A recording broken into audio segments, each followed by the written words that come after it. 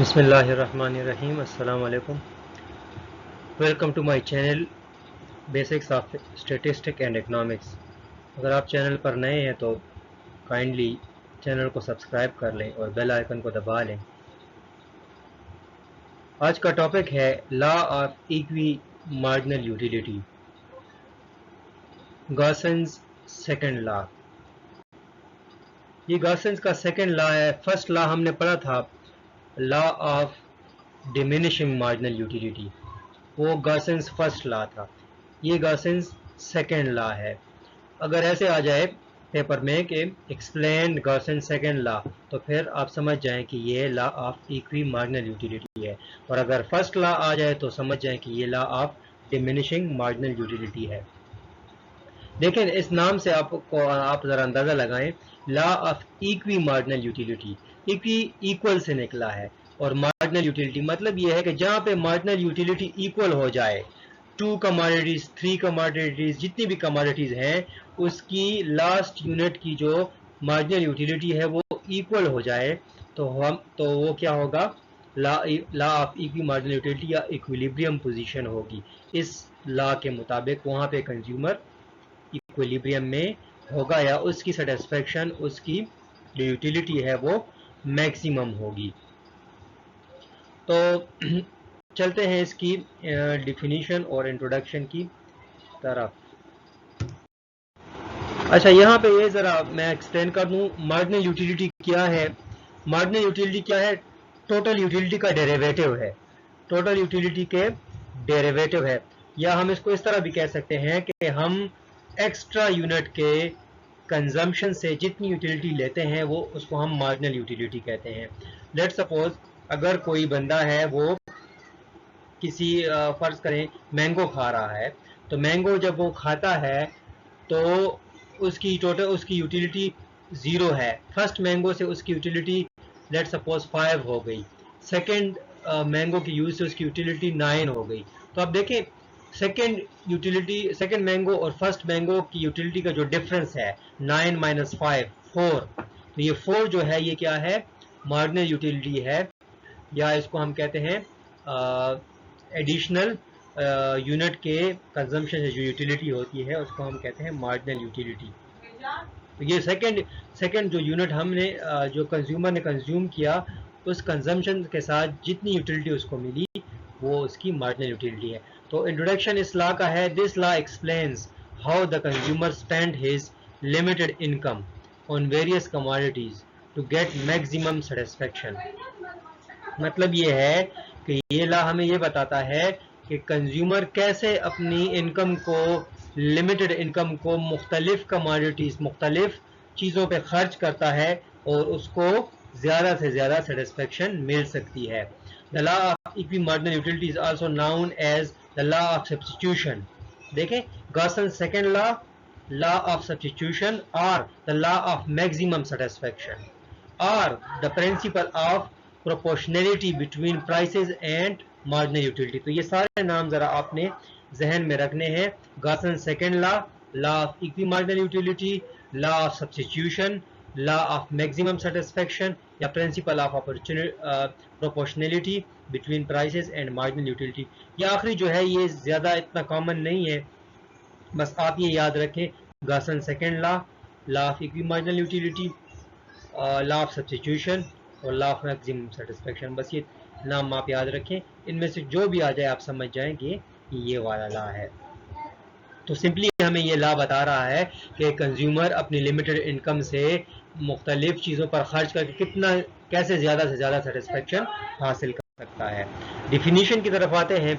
In order to get maximum satisfaction a consumer should spend his limited income on different commodities in such a way that the last rupee spent on each commodity yield him equal marginal utility.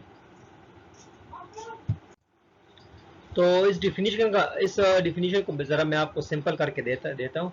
देखिए, ये definition ये कह रही है कि अगर एक consumer ज़्यादा से ज़्यादा सेटिस्फेक्शन हासिल करना चाहता है तो ये लॉ उसको एडवाइस करता है, उसको ये बताता है कि वो अपनी इनकम इस तरह खर्च करे मुख्तलिफ चीज़ों पर कि मुख्तलिफ चीज़ों पर जो लास्ट यूनिट ऑफ मनी, जो आखिरी रुपया खर्च होगा, वो उसको इक्वल लेवल ऑफ सेटिस्फेक्शन देगा। लेट सपोज अगर वो तीन चीज़ें ले रहा है, ए बी सी, तो वो इस तरह ए बी सी पर अपनी इनकम इस तरह खर्च करेगा कि उसके जो लास्ट यूनिट है, लेट सपोज वो ले रहा है, मैंगो ले रहा है, एप्पल ले रहा है और बनाना ले रहा है, तो एप्पल, बनाना और मैंगो का जो लास्ट यूनिट लेगा, आखिरी यूनिट जो लेगा, उस पे जो सेटिस्फेक्शन उसको मिलेगी वो क्या होगी, वो इक्वल होगी, उसकी मार्जिनल यूटिलिटी जो है वो इक्वल होगी, तो तब उसकी सेटिस्फेक्शन या यूटिलिटी जो है वो ज़्यादा से ज़्यादा होगी। According to the law of equi marginal utility, अगर आप इस फर्स्ट डिफिनीशन पे आपको कंफ्यूजिंग लगती है या आपको कॉम्प्लिकेटेड लगती है तो सेकंड डिफिनीशन को देखें। According to law of equi marginal utility, the consumer will be in equilibrium at the point where the utility derived from the last rupee spent on each unit is equal. ठीक है, on each commodity is equal. तो इस law के मुताबिक ये है कि consumer उस वक्त इक्विलिब्रियम में होगा, उस पॉइंट पे इक्विलिब्रियम में होगा जिस पॉइंट पे वो मुख्तलिफ कमोडिटीज की जो सेटिस्फेक्शन है, जो मार्जिनल यूटिलिटी है, वो लास्ट यूनिट पे इक्वल हो जाएगी। ये अगर आप मैं टेबल की तरफ जाऊंगा, वहाँ पे आपको ये समझाऊंगा तो आपको बहुत इजीली समझ आ जाएगा, ये ज़्यादा मुश्किल नहीं है। फिर भी मैं आपको समझाने की कोशिश करता हूँ। अगर वो दो बंडल ले रहा है, सपोज दो आइटम्स ले रहा है, ए और बी, तो वो देखें ए की मुख्तलिफ यूनिट्स लेगा। पहला रुपया लेट सपोज ए पे खर्च करेगा, दूसरा बी पे, तीसरा ए पे, चौथा बी पे, पांचवा बी पे, चौथा, तो इस तरह वो खर्च करेगा, वो देखेगा कहाँ पे मुझे ज़्यादा सेटिस्फेक्शन मिल रही है। तो वो इक्विलिब्रियम पे तब होगा कि जब वो आखिरी यूनिट सर्व करेगा, वो जब समझेगा कि मुझे अब इनकी मजीद ज़रूरत नहीं है, मेरा पेट भर गया है या मैं मजीद लेना नहीं चाहता, तो वो उस वक्त स्टॉप करेगा, उस पॉइंट पे स्टॉप करेगा जब वो देखेगा कि मुझे ए कमोडिटी और बी कमोडिटी से इक्वल लेवल ऑफ सेटिस्फेक्शन मिल रहा है। लेट सपोज उसने ए के 4 यूनिट लिए हैं, बी के 3 यूनिट लिए हैं, तो अब ए का चौथा यूनिट और बी का तीसरा यूनिट अगर उसको इक्वल लेवल ऑफ सेटिस्फेक्शन दे रहा है, उन दोनों की यूटिलिटी इस पॉइंट पे इक्वल है, तो वो इस पॉइंट पे रुक जाएगा। यहाँ पे क्या होगा, वो इक्विलिब्रियम में होगा, क्योंकि इस लॉ के मुताबिक वो इस लेवल पे क्या होगा, इस पॉइंट पे क्या होगा, मैक्सिमम यूटिलिटी उसको मिलेगी। Assumptions इसके क्या है? नंबर 1 है the consumer is rational, so he want to get maximum. Consumer rational होगा, ऐसे नहीं होगा कि वो अवेयर नहीं होगा, उसको ये पता नहीं होगा कि अगर मैं ए लूँ तो मुझे कितना यूटिलिटी मिलेगा, बी कमोडिटी लूँ तो कितना यूटिलिटी, वो रेशनल होगा, वो अक्लमंद होगा। The utility of each commodity is measurable, ठीक है, तो यूटिलिटी मेजरेबल होगी, ये नहीं होगा कि उसको पता नहीं चलेगा कि मैं मैंगो खाऊं तो मुझे कितनी यूटिलिटी मिल रही है, मैं बनाना खाऊं तो कितनी यूटिलिटी वो मेजरेबल होगी, वो उसको पता चलेगा। The marginal utility of money remains the same, money की जो मार्जिनल यूटिलिटी है वो सेम होगी। ऐसा नहीं होगा कि एक टाइम में 5 मिनट पहले मार्जिनल यूटिलिटी 1 है और 5 मिनट बाद कंजम्पशन के दौरान मार्जिनल यूटिलिटी उसकी चेंज हो गई। The income of the consumer is given, consumer का इनकम जो है वो ऑलरेडी हमें गिवन होगा, हमें मालूम होगा कि कंज्यूमर के पास कितने पैसे हैं। The prices of the commodity are given, और जो चीज़ें वो खा रहा है, ले रहा है, ख़रीद रहा है, उनकी प्राइसेस भी का भी पता होगा हमें। The law is based on the law of diminishing marginal utility, और ये लॉ जो है वो डिमिनिशिंग मार्जिनल यूटिलिटी पर बेस कर रहा है। अच्छा, मैथमेटिकल प्रूफ। अब देखें इक्विलिब्रियम कंडीशन क्या है हमारे पास, मार्जिनल यूटिलिटी ई का मतलब है इक्विलिब्रियम, कब होगी, जब मार्जिनल यूटिलिटी ऑफ एक्स का मतलब commodity x, mango, divided by price of x, और उस मैंगो की जो प्राइस है वो बराबर होगी किस चीज की, marginal utility of y commodity, let suppose banana ले लें आप, divided by price of y मतलब प्राइस ऑफ बनाना। इसको हम कहते हैं, देखिए इस marginal utility of x divide by price of x या marginal utility of Y divide by price of y, इसको हम कहते हैं price ratio. Price ratio x commodity की और प्राइस रेशो वाई कमोडिटी की, ये आपस में इक्वल हो जाए तो तब इक्विलिब्रियम पोजीशन होगी। या इसको हम इस तरह भी लिख सकते हैं, अगर हम इनकम के फॉर्म में लिखें, y इनकम हो गया, income of consumer is equal to p x price of x multiply by quantity of x plus price of y multiply by quantity of y. अगर ये दोनों price of x multiply by quantity of x plus price of y quantity of y, इन दोनों को हम plus कर लें और ये हमारे इनकम के इक्वल आ जाए तो हम समझेंगे कि कंज्यूमर इक्विलिब्रियम में है। अभी इसी को देखते हैं, प्रूफ को देखें।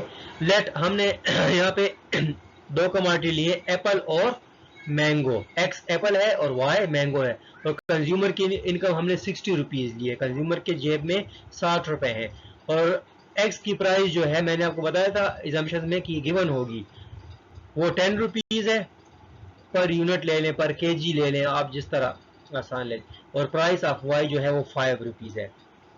इक्विलिब्रियम कंडीशन मैंने जैसे कि आपको बताया, मार्जिनल यूटिलिटी इक्विलिब्रियम किस वक्त होगी, marginal utility of x divide by price of X, इसको हम प्राइस रेशो कहते हैं, is equal to marginal utility of Y divide by price of Y, price ratio of Y.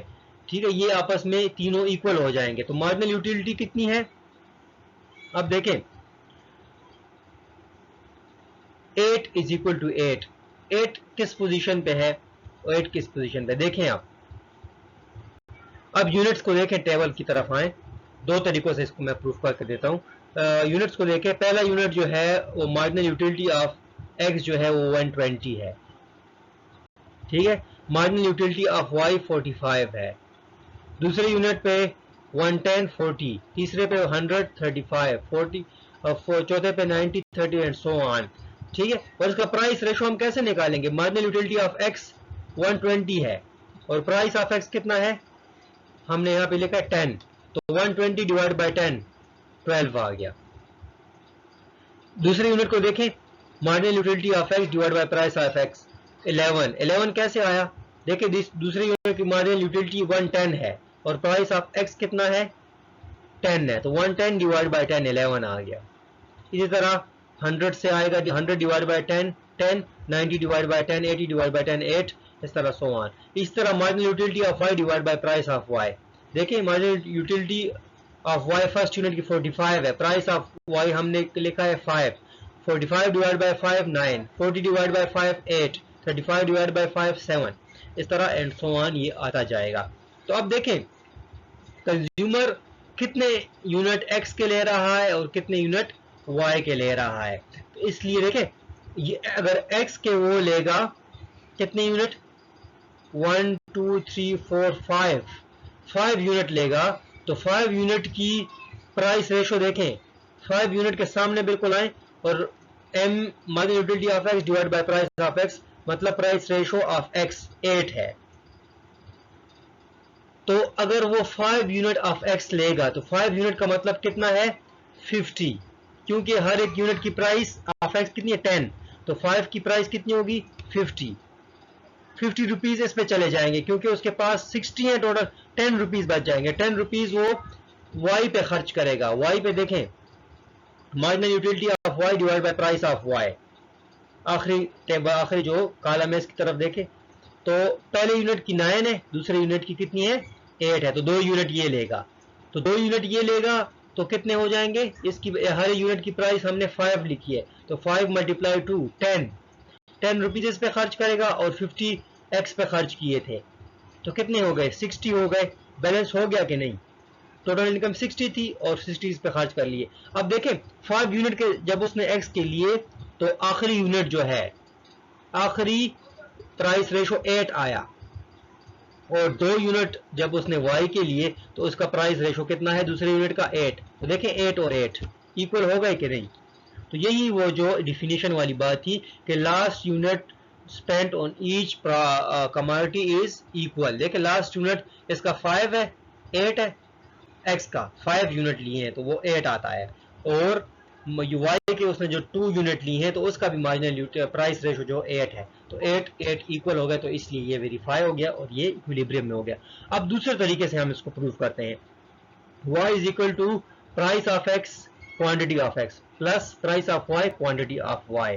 तो देखिए प्राइस ऑफ x जो है वो 10 है, इनकम y कितनी है 60 हो गई, इसमें हम प्राइस हम इसमें वैल्यूज पुट कर रहे हैं, y 60 हो गई, प्राइस ऑफ x ऊपर लिखा है देखें 10, क्वांटिटी ऑफ x 5, मैंने आपको कहा 5 यूनिट x के लेगा, x कितने यूनिट लेगा 5 लेगा, तो 5 लेगा तो 10 मल्टीप्लाई 5 और प्लस प्राइस ऑफ y 5 है और क्वांटिटी ऑफ y कितने यूनिट लिए हैं, क्वांटिटी 2 यूनिट लिए हैं देखें, तो इसको हम मल्टीप्लाई करें 10 मल्टीप्लाई 5 50 और 5 मल्टीप्लाई टू 10, तो देखें 10 50 प्लस 10 60, तो उसकी इनकम जो है वो तो ये भी वेरीफाई हो गया। तो दोनों तरीकों से आप इस लॉ को वेरीफाई करते हैं। तो आज का टॉपिक इतना ही था, उम्मीद है आपको पसंद आया होगा। अगर आपके टॉपिक के मुतालिक कोई भी क्वेश्चन हो तो कमेंट सेक्शन में ज़रूर कमेंट किया करेंगे, आपको इंशाल्लाह रिप्लाई उसका मिलेगा।